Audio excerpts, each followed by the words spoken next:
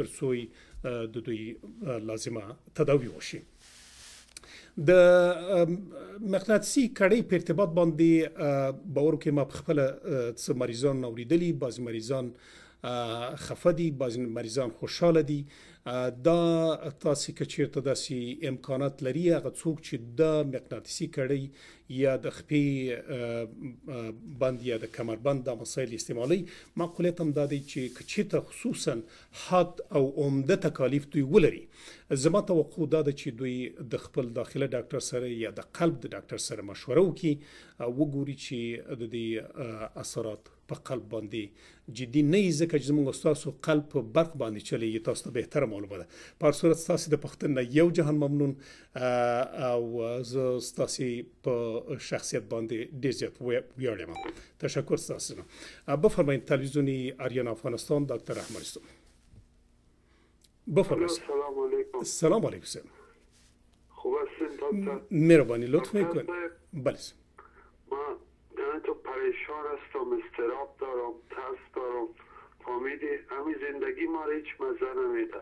بله واقعا ما بسیار متاثر هستم. شما میتونید برای ما بگوین که چرا پریشان هستید؟ به خانه هستم، نه اولادام مزه میده، نه با زنم هیچی. بله واقعا. میرم خونجگر خانه رفتیدم. چقدر وقت میشه چقدر وقت میشه جگرخونی و تکلیف؟ زیاد وقت، حال 1 سال بیشتر شده. بله و زیاد وقت بود. بله یعنی گفتین که زیاد وقت میشه، خب منتها دمی سال اخیر یک کمی زیادتر شده تکلیفتان. بله زیادتر. شما میتونید در نتانا جگرخونی خوابتان چطور است؟ خواب یک آرای خوب است، باز خراب میشه. بله واقعا. یعنی چند ساعت میخوابین شما؟ من 6-7 ساعت خواب. 6-7 ساعت خواب. بسیار و خواب آرام کننده خو نمیبینین؟ نه خواب آرام کننده نمیبینین. خوب بسیار. در خانه چرا جگرخون است؟ یعنی علت کدام مسئله خاصی در خانه در زندگیتان واقع شده؟ خودم هم نمیفهمم. بله واقعا. مزه نمیده هیچ چیز مزه نمیده. بله واقعا. دنیا زندگی ما هیچ مزه نمیده. کاملا. و شما در افغانستان خو قتل و قتال و این چیزا ندیدین یا بندی خو نشدین؟ لطوکوب خو نشدین؟ میم پای ما چی شده بود، پای من زده بودن. خب پایتان به چی زده؟ به چی زدن؟ پای من طالبا زده با موتر. خب با موتر زده بودن. خب پایتان شکسته دیگه یا پس جور شدن؟ سوالتان فهمیده شد. بله سوالتان فهمیده شد برادر عزیزم. از طریق تلویزیون گوش بگیرید. شما از کجا تلفن میکنین؟ ما تابلت هم میخورم، از فلوکستین بهم دکتر داده. فلوکستین براتون داده بود، خوب بود، حالا یکم تاثیرش کم شده. بله چند میلی گرم است؟ 20 است یا زیاد است؟ 20 میلی گرم است. خب سوالتان فهمیده شد. یک جان ممنون. از طریق تلویزیون گوش بگیرین. صحتمندیتون میخوام. خداحافظ برادرم. خداحافظ شما. سلام علیکم. برادرم طوری معلوم میشه که بعضی اوقات مسئله دپرشن و PTSD در عین وقت بر سر انسان حاکم میشه. یعنی کسانی که پست تروماتیک استرس دیسوردر دارن یا میتونه شده که علائمی همانند دپرشن هم داشته باشن، یعنی که احساسی ناامیدی، احساسی بی‌ارزشی، احساسی بی‌هدفی در زندگی و حتی یک تعداد مریضا قصه میکنن که حتی زمانی که زندگی برشان بی هدف و بی تفاوت معلوم شد، حتی احساس خودکشی برشان پیدا میشن. یک تعداد مریضای دیگه ای که تکلیفشان بسیار عمده است و بسیار یعنی متداوم بوده، امکانات زیادی وجود داره که اخلال فکری از خود هم نشان بدن که به نام سایکاریک استیج یاد میکنن. یعنی که یا امکانات زیادی وجود دارن که صدا بشنون یا ای که چیزایی را ببینن که در اون محیط وجود ندارن. بر صورت تکلیفی که شما برای ما شریک میسازین بازم تکلیف PTSD است.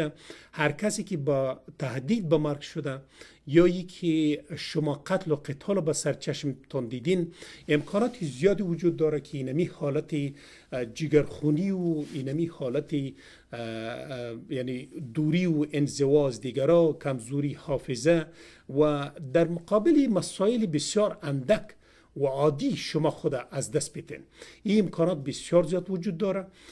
توقع ما شما است که شما با دکتری که فلاکستین براتون پرسکرایب کردن امرشان صحبت کنین. اگر فلاکستین برای وقتی زیاد میگیرین کوشش کنین با دکترتان مشوره کنین که در دوایتون تغییر و تبدیل بیاره و ادجستمنت کنین ادویجاتتون. در این زمان کوشش کنین برادر عزیزم و تمام خواهرای بسیار محترم و تمام مردم عزیز افغانستان، کسانی که به اینمی تکلیف دچار هستند که با تاثر بگوییم کتله بزرگی از مردم ما شما به اینمی تکلیف دچار هستند، توقع ما از شما است که شما تا جایی که میتونین افکارتان با دیگران، با خواهرخوانده، با برادر، با دوست، با یک کسی که با گفتارهای شما گوش میگیرن، افکارتان هم رویشون شریک بسازن.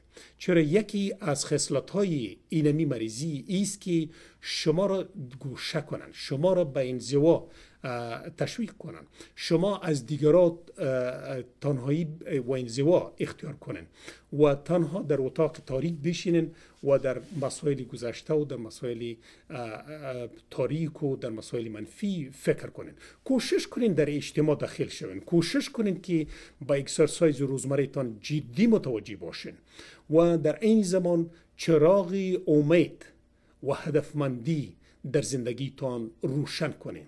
در رابطه آینده همیشه امیدوار باشین. ما فکر میکنیم که اینمی یک بخشی عمده است که ما انسان ها یعنی میتونیم که در بطن تاریکی ها چراغی امیدواری رو روشن کنیم تا ما را به سوی فردای روشن ایره راهنما کنن. توقع ما شما است صحتمندی و سلامتی شما و تمام دوستای گرامی که تکلیف دارن میخوایم. بفرمایید. تلویزیونی اریان افغانستان، دکتر رحمانی صاحب. السلام علیکم. سلام علیکم. ډیرو بخیر ډاکټر صاحب، تاسو نه یو سوال یو تکلیف ته ما بله مهرباني وکړئ. مهرباني وکړئ. د سی په سابق کې د سی یو مثال گذشته چې ما سره چا مثال شکلی ناقه مثال نغازی وخت کې په لندن کې راغلم، لندن نه لاړم په افغانستان ته، افغانستان کې په سر ډیر بد سلوک وشو. بله دوزل لاړم، دوزل یې سره ډیر بد سلوک وشو. چیرته چې کله د ما پیادېږي او زه سره اوس هم ښه سمې اړیکې لرم، خو بیا چې چېرته هغه بدې ما پیادېږي ما ډیر اعصاب فشار راځي. دا څه تاثیر ده؟ دا د لس کاله شو دغه ډیر ما باندې فرشت راځي. دا بیخي مې داسې اعصاب په هغه وخت کې خراب وي، 2-3 هفتو پورې هېڅ مې چې هغه شی مې را پیادېږي هغه د مغزه بیخي بله واقعا او داسې خو نه کېږي چې دلته یعنې په ورځني ژوند کې تاسې سټرس څنګه کنټرولوئ؟ سټرس او ورځني فشارونه. یو نفر وایي چې زه ځم افغانستان ته، ما ورته ډېر ښه ساعت تېر شو. بله واقعا هغه راته وایي چې او زه د خپل هغه چې د ما چې هلته ډېر 3 ځلې تللی یم. بله واقعا 3 ځلې ما داسې ښه هغه نه دی لیدلی چې بله واقعا تقریبا د حکومتداري خواوتي خوند را باندې بله هغه کړي دي. ډېر نږدې خپل مې ده، تشکېدن هم نه لرم، خو زه ډېر اوس هم ډېر هیلپ هم سره کوم، ډېر کومک هم سره کوم. بله خو بیا هم چې دغه شی چې بل څوک وایي چې ما زه لاړم هلته ما ډېر خوشحاله عمر تېر کړو. بله واقعا یو څه ما باندې ډېر فشار راځي. بله واقعا نور هغه نه ده، څوک چې د خپل بېرته خوشحالي د افغانستان ما ته خبر راوړي تاسو هغه چې بیا څوک یې کې هېڅ پروا نه کوي. بله څوک چې دغه وایي بیا ما ته دغه را پیادېږي او ګذشته په ورځنیو مسایلو کې د حوصله مندي څنګه ده؟ زه به حوصله کې قضا وکړم. حوصله مندي مې ولا ښه ده چې سره یم زه چې مې ډېر یعنې دونه بې حوصلې مې نه یم، خو یم یعنې افغانستان خلک ټول خلک بې حوصلې دي، خو بیا هم داسې کوم هغه نه لرم. او هغه وخت کې که چېرته دغه هغه مثال دغه شی چې ما ته را په یاد شي ما ډېره بې حوصلې کېږم. بلې بې واقعا حوصلې کېږم چې د یو وړکي ماشوم هسې یو چټي خندا یم په ما باندې. بلې واقعا دغه 2-3 ورځې خو بیخي په خود مې ولا هغه ورځ مې دغه شی را پېښ شوی ولا موټر مې د خپل ووهه یوه سال د کلاس به مې ووهه. بلې واقعا هېڅ داسې په را باندې ډېر فشار راځي. او زه دغه نه ما کومه د ډاکټر د عصبي ته تللی وم نه ته ما ته واخېستې، دغه را باندې ډېر